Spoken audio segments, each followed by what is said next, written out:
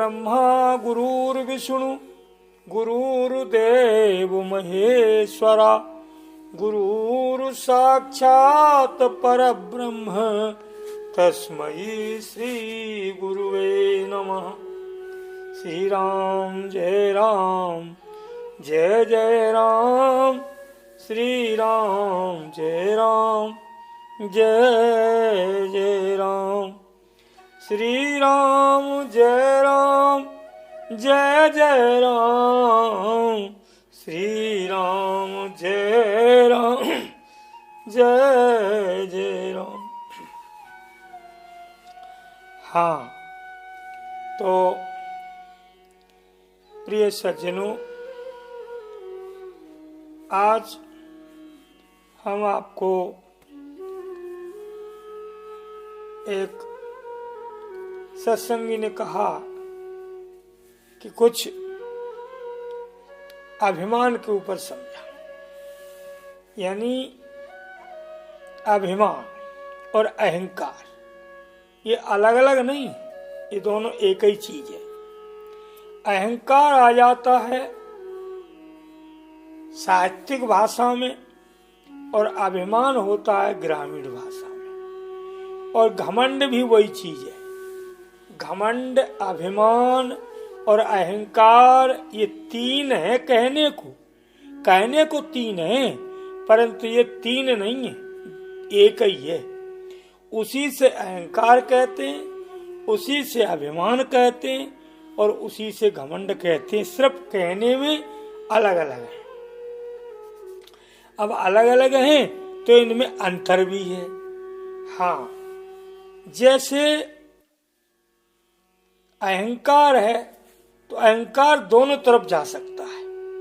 अहंकार आपका दोनों तरफ जा सकता है, क्योंकि अहंकार उधर भी जा सकता है, आध्यात्म में भी जा सकता है और संसार में भी। जैसे अहम ब्रह्मास्मि, ये भी तो अहंकार है, मैं ही ब्रह्म हूं। तो अहम ब्रह्मास्मि ये भी अहंकार है। और इधर अहम जो है, अगर हम संसार में जोड़ देंगे तब तो ये बन जाएगा अभिमान और घमंड। और अगर हम इसको ईश्वर में जोड़ देंगे तब ये अहंकार है। इसके इधर दो हैं। अभिमान एक होता है, अभिमान एक होता है स्वाभिमान। दोनों एक ही चीज है। स्वाभिमान एक बचाव है, हमें अभिमान नहीं है, हमें तो स्वाभिमान है। आखिर है तो अभिमान ही। तो अभिमान जो है, जहां तक देखा जाए, एक जगह कहा है कि मेरे को अहंकार नहीं है, मैं अभिमानी नहीं हूं। ये भी तो अभिमान है। मैं अहंकारी नहीं हूं, बार बार ये कह रहा है मैं अहंकारी नहीं हूं, तो ये भी तो अहंकार है। तो अहंकार की और अभिमान की एक ऐसी परिधि है, ये बड़ा सूक्ष्म है। अहंकार बड़ा सूक्ष्म है, छोटे से छोटी स्थिति में आ जाता है और बहुत दूर तक चला जाता है। जहां तक कह रहे हैं कि मैं अकर्ता हूं, मैं कुछ नहीं करता, मैं अकर्ता हूं। अगर हूं तो ये भी अहंकार है, कहीं तो हूं। इसलिए मैं नहीं हूं, जो है वही है वही है। यहां तो अहंकार समर्पण में चला गया, यहां गल गया अहंकार कि मैं अहंकार है ही नहीं, जो है वही है। अब वही है तो कौन है? तो दूसरा है कोई। वही है तो दूसरा है, यानी ईश्वर है, गुरु है, सदगुरु है, कोई भी है। तो यहां अभिमान हूं जो है, हूं जो अहम पना है, मैं पना है, ये यहां नहीं टिका। मैं पना पहुंच गया समर्पण में, सदगुरु के लिए, ईश्वर के लिए।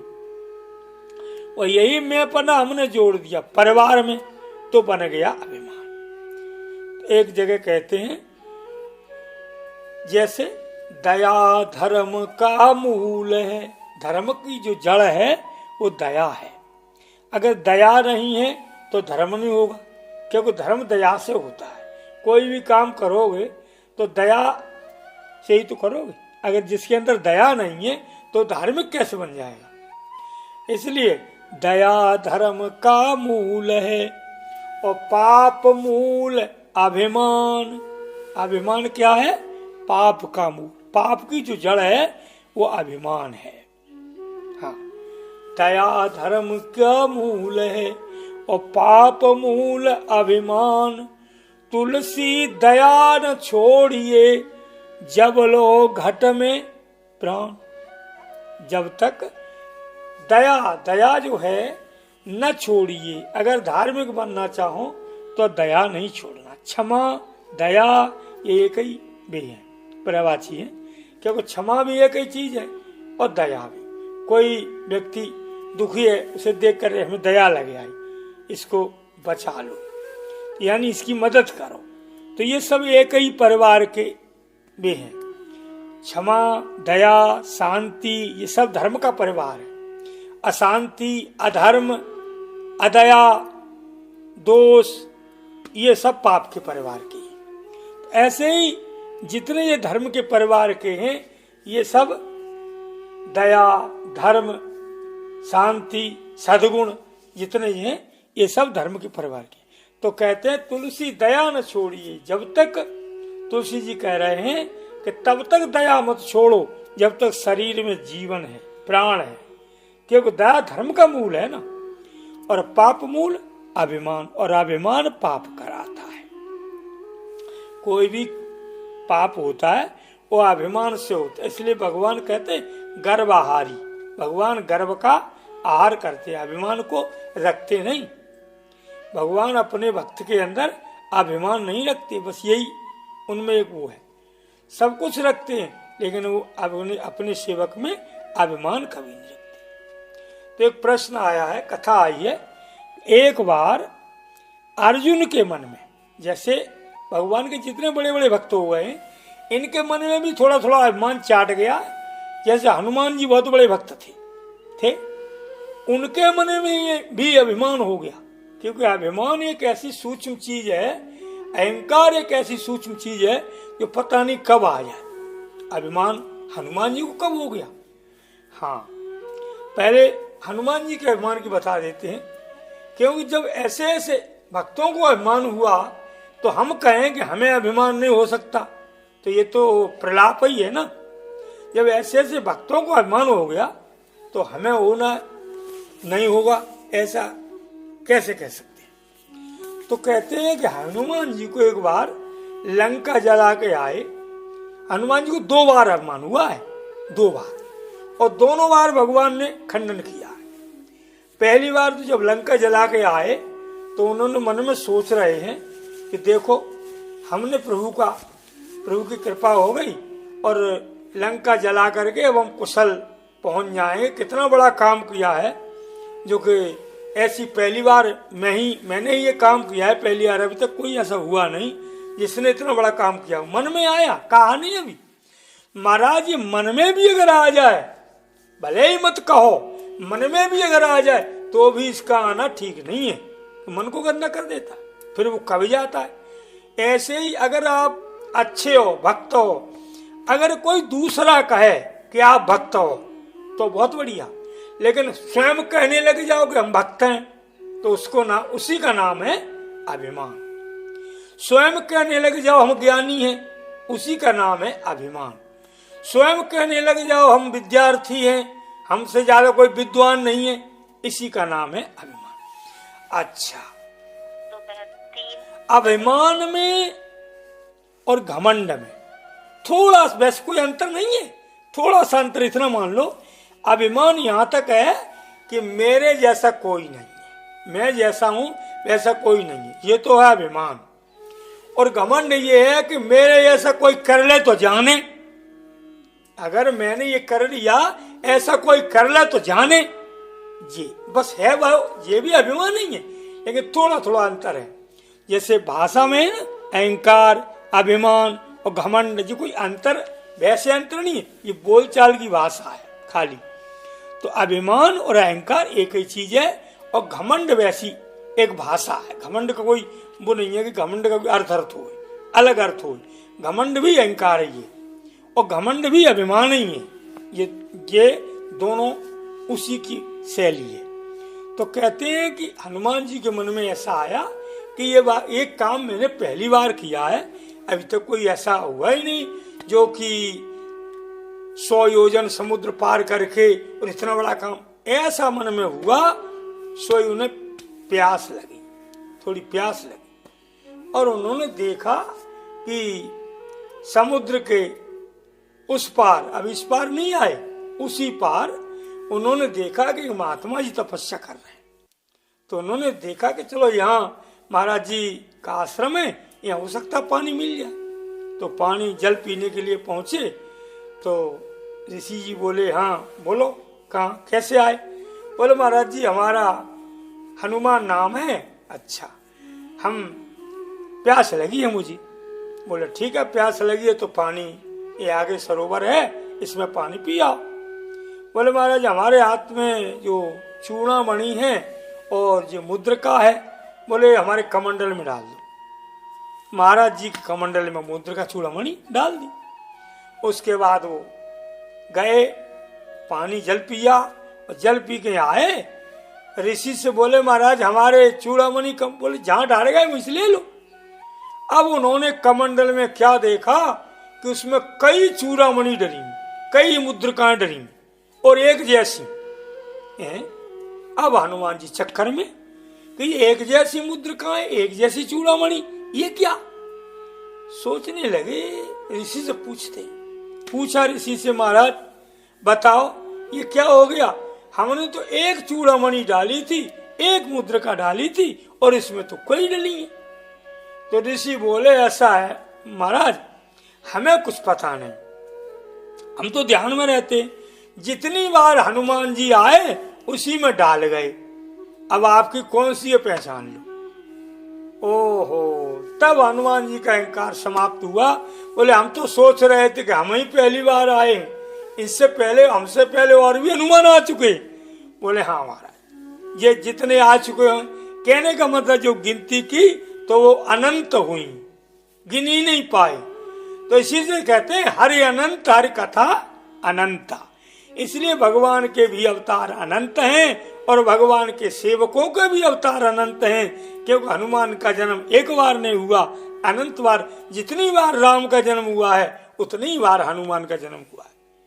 हनुमान जी को एक बार यूं अभिमान, दूसरी बार कब आया? दूसरी बार आया जब सेतुबंधु रामेश्वर की स्थापना हो रही थी।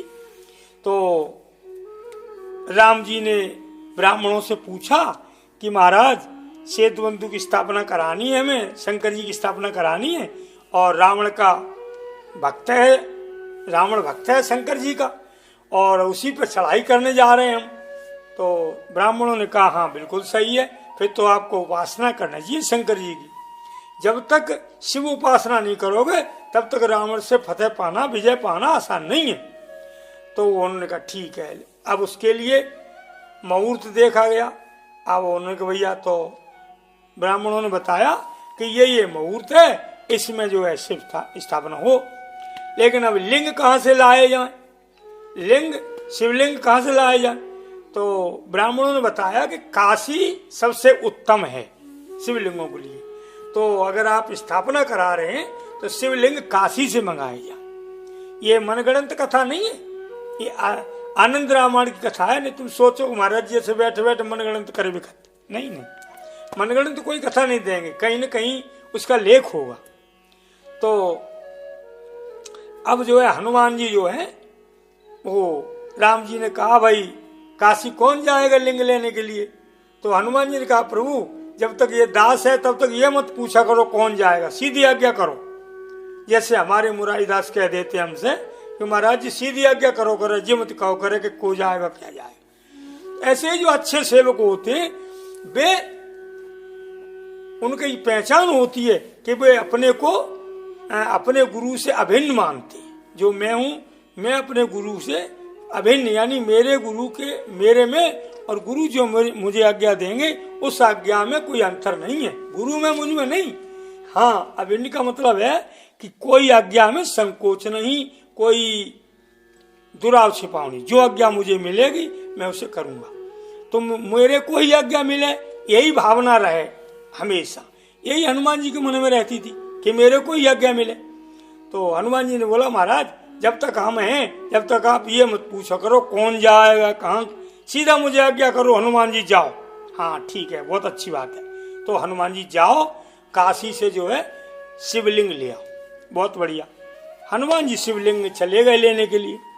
उधर क्या हुआ कि रास्ते में कोई सत्संग मिल गए, और हनुमान जी राम कथा के तो प्रेमी हैं ही, राम कथा होने लगी। अब ये भी ध्यान नहीं रहा कि हम शिवलिंग लेने आए, राम कथा होने लगी, तब तक शिव मुहूर्त आ गया।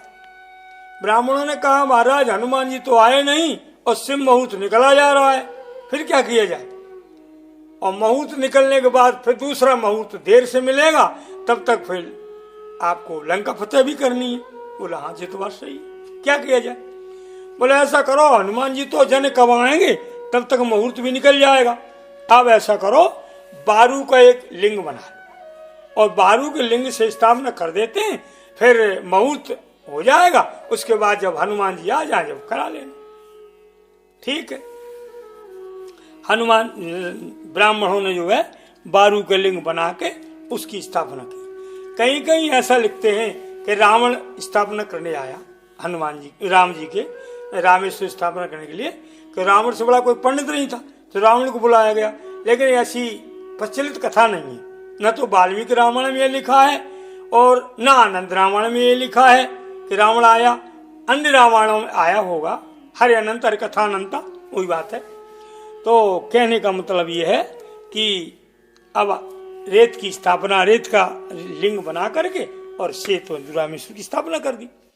अब जब स्थापना कर दी तब आए हनुमान जी, काफी देर में आए वो 2 लिंग लेकर के, काशी से 2 लिंग ले आए, एक शिव जी का और एक पार्वती जी के, दो जोड़ी ले आए। अब ले तो आए, अब उन्होंने कहा देखा उन्हें, वो महाराज ये क्या हुआ। बोले राम जी बोले मुहूर्त निकला जा रहा था और आप आ नहीं पाए, इसलिए फिर हम स्थापना करानी पड़ी। बोले महाराज ऐसे सत्संग चलने लगा और हमें ध्यान ही नहीं रहा के, कोई बात नहीं अब ले आए आप। बोले महाराज हम ले तो आए, लेकिन बात यह है कि अगर तुम्हें दूसरे लिंगों की स्थापना करानी थी, दूसरा लिंग स्थापना कराया था, तो मेरे को क्यों भेजा। मेरे को भेजा, मेरे वहां गया मैं उतनी दूर, और आपने स्थापना करा दी। अब इस मेरे लिंग का तो क्या होगा। बोले कोई बात नहीं, इसकी भी स्थापना हो जाएगी। बोले नहीं महाराज हमारी बड़ी मेहनत से तो हम लाए, और आपने तब तक दूसरे रेत के लिंग की क्या वो है। ये हम ओरिजिनल बढ़िया लिंग लाए हैं जो होते हैं, ये तो बारू के लिंग, इनकी क्या महत्वता। नहीं हनुमान जी ऐसा नहीं है। जो प्राण प्रतिष्ठा ऐसा ये जो हो गई, जो प्राण प्रतिष्ठा जिस मूर्ति में हो जाती है वो फिर अखंड हो जाती है। लिंग की स्थापना जो हो गई रेत बारू के लिंग में हो गई, तो ये मुहूर्त की वजह से कर दी।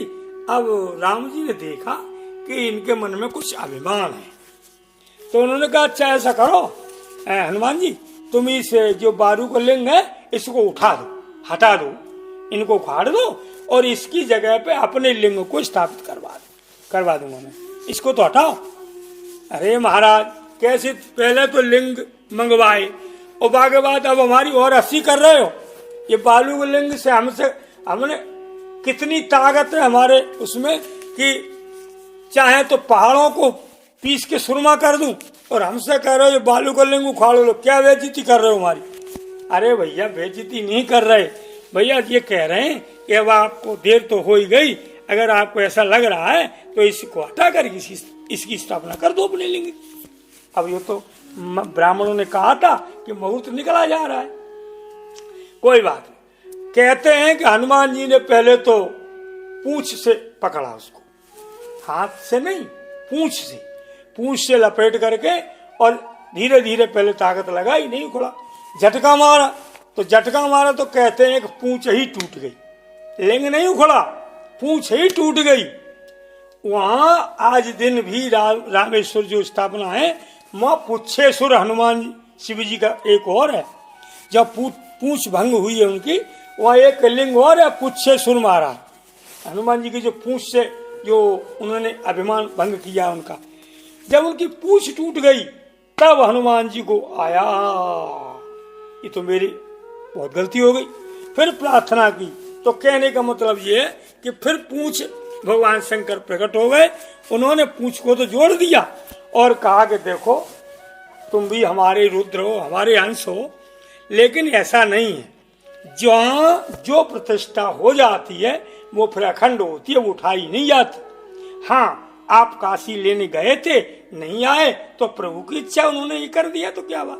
कहने लगे महाराज हमारी बहुत बड़ी भूल हो गई, हमसे अभिमान हो गया और उसी अभिमान का फल ये हुआ कि हमारी पूंछ टूट गई। तो कहने का मतलब ये है कि आप एक बार हनुमान जी को यहाँ अभिमान, 2 बार हनुमान जी को मान हुआ, पहली बार वो और एक बार ये। इसके बाद हनुमान जी ने प्रार्थना करी प्रभु से और कहा प्रभु अब ऐसी कृपा करना कि कभी मेरे मन में अभिमान आए नहीं, कभी ना आए।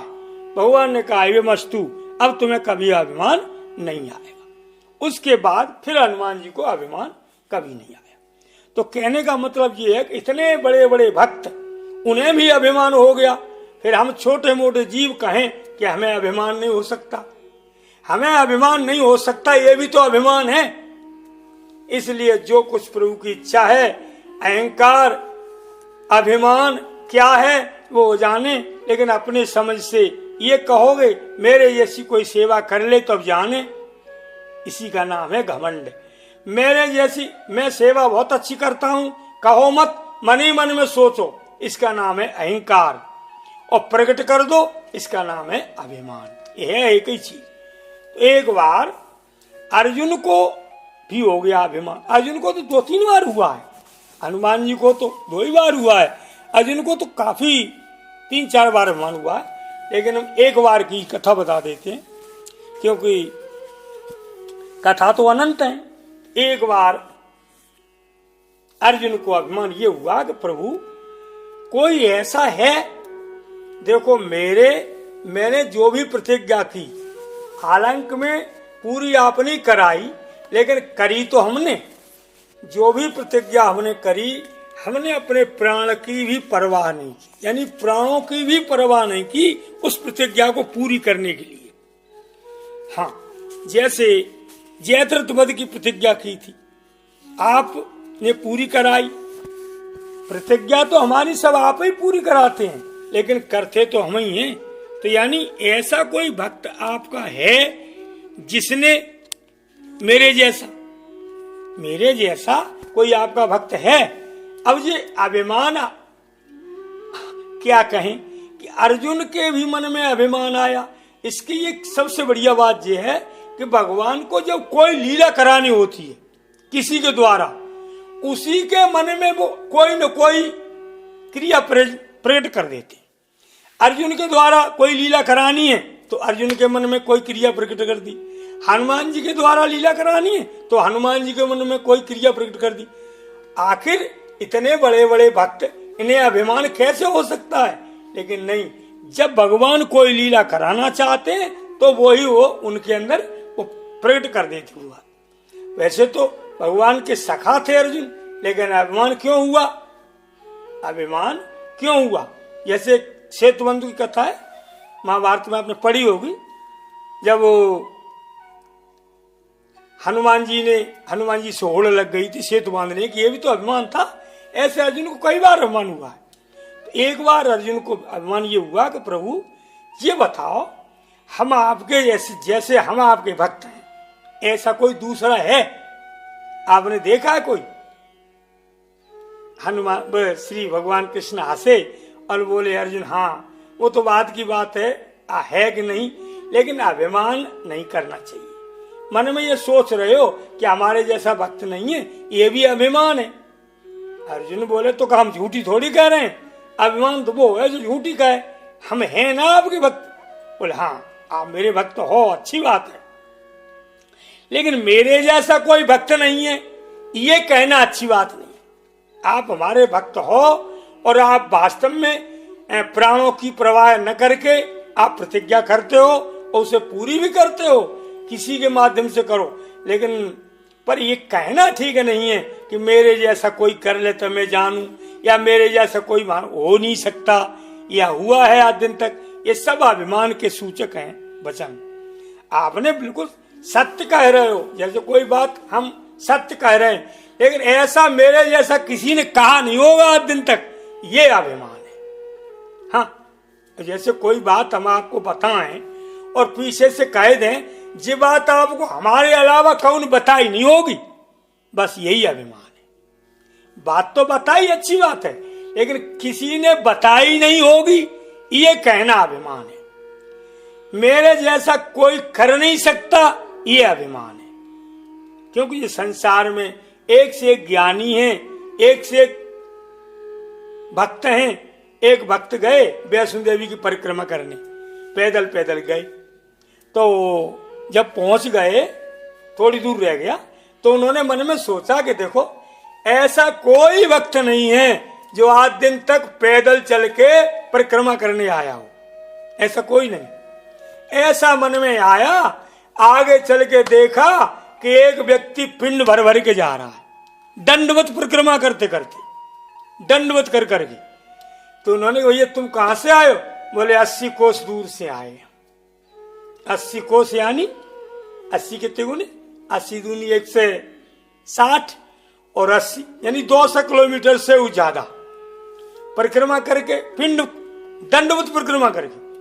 तब उस वक्त का अभिमान दूर हुआ। मैया से प्रार्थना करी, मैया क्षमा करना, हम तो 10 कोस से 20 कोस से ही आए हैं, या 100 कोस से आए हैं, तो चल के आए, और ये तो पिंड दंडवत प्रणाम करता हुआ है, ये तो हम तो बहुत आगे। तो कहने का मतलब ये है कि ये मत सोचो कि मैं ऐसी भक्ति कर रहा हूं, ऐसी तो अभी तक कोई कर ही नहीं सकता, या किसी ने की नहीं होगी।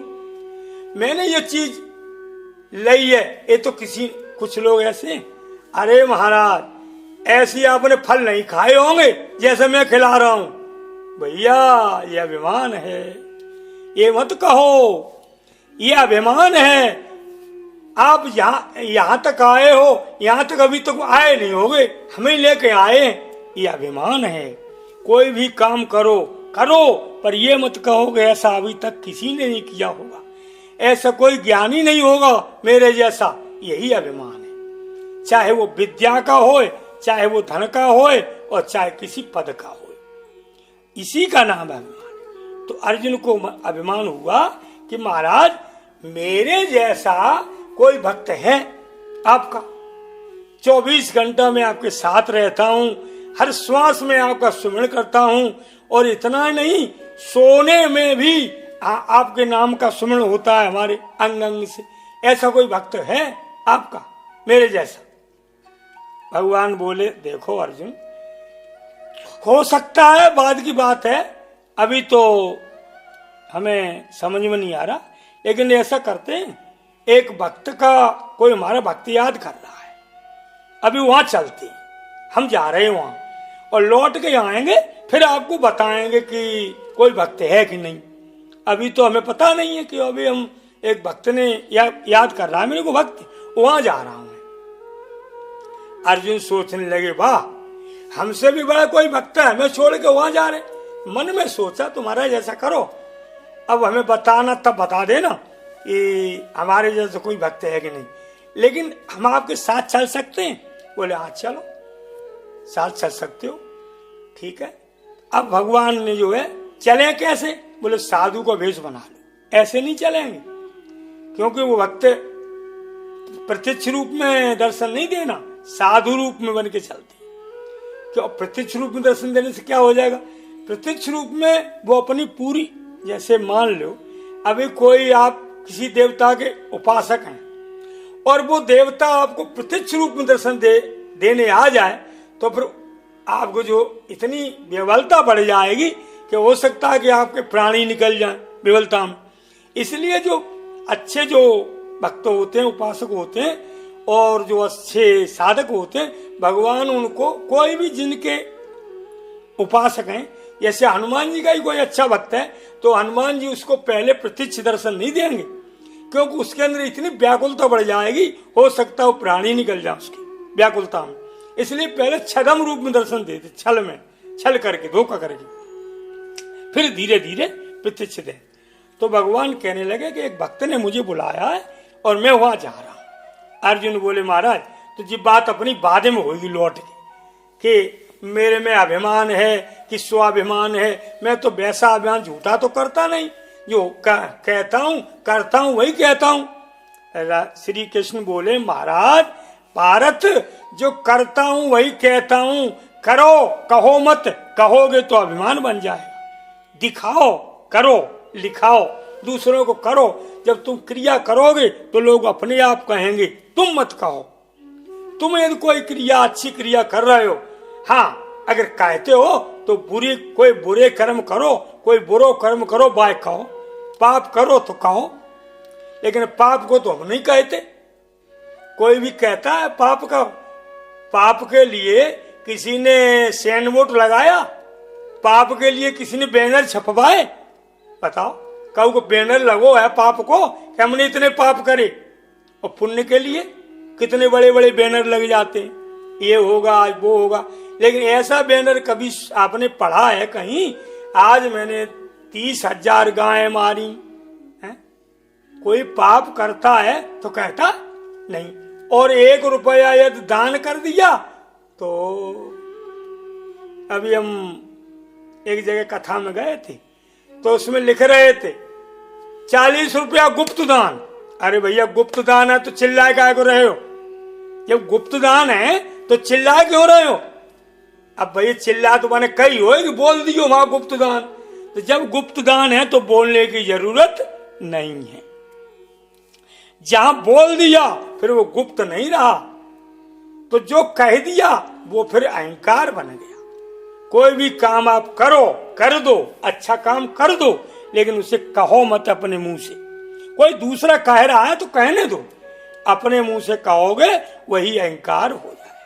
चाहे भले ही आपके मन में कुछ ना आवे, लेकिन कुछ तो आया जो कहा, हाँ कुछ तो आया।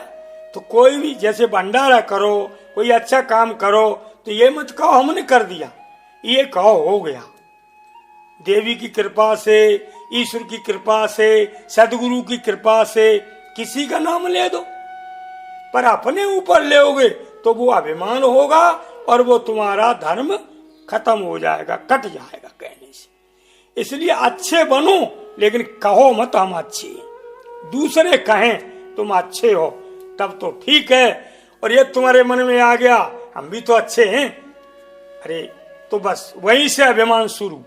ये अहंकार की जो पर्दी है बहुत सूक्ष्म है हमारा। मैं अहंकारी नहीं हूं, मैं अभिमानी नहीं हूं, ये भी तो अभिमान है। जहां तक कहने में आ गया वो अभिमान है। इसलिए अच्छे कर्म को कभी कहो मत। जय श्री राम। श्री राम।